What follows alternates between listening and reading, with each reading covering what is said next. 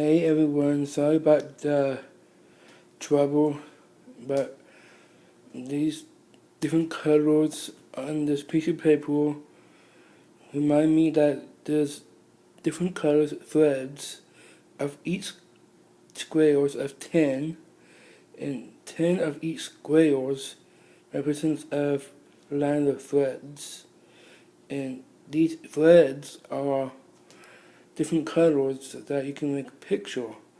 This picture is an Indian rug that my dad did actually order himself, that he gave to me to make this Indian rug by myself and give to him. This one is a surprise for him because this one is an actual rug. It's actually an actual rug, and it's gonna take forever to finish, and I'll probably be a lot older to finish this last hook.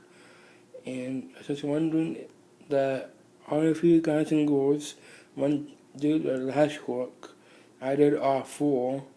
So just go on my YouTube channel, just type Aaron Horhausen, Aaron or HLHAUSEN. You can see all four last hooks that I did before this.